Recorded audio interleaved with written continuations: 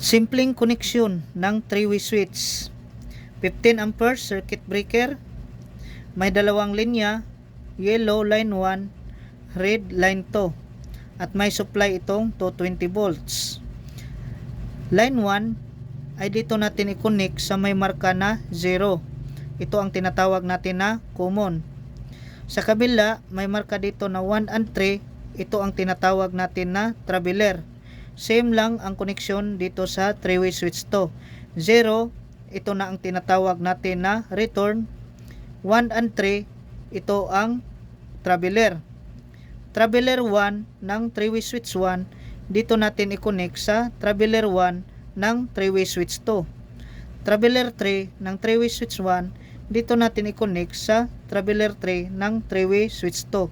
Dito naman sa kabila na may marka na 0, ito na ang tinatawag natin na return. Return ay dito natin i-connect sa line 1 ng bulb. Dito naman sa kabila, line 2 galing sa circuit breaker, dito natin i-connect sa line 2 ng bulb.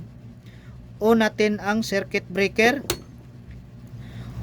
Switch 1 on, switch 2 off.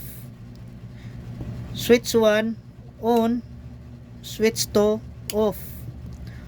On, off, on, off.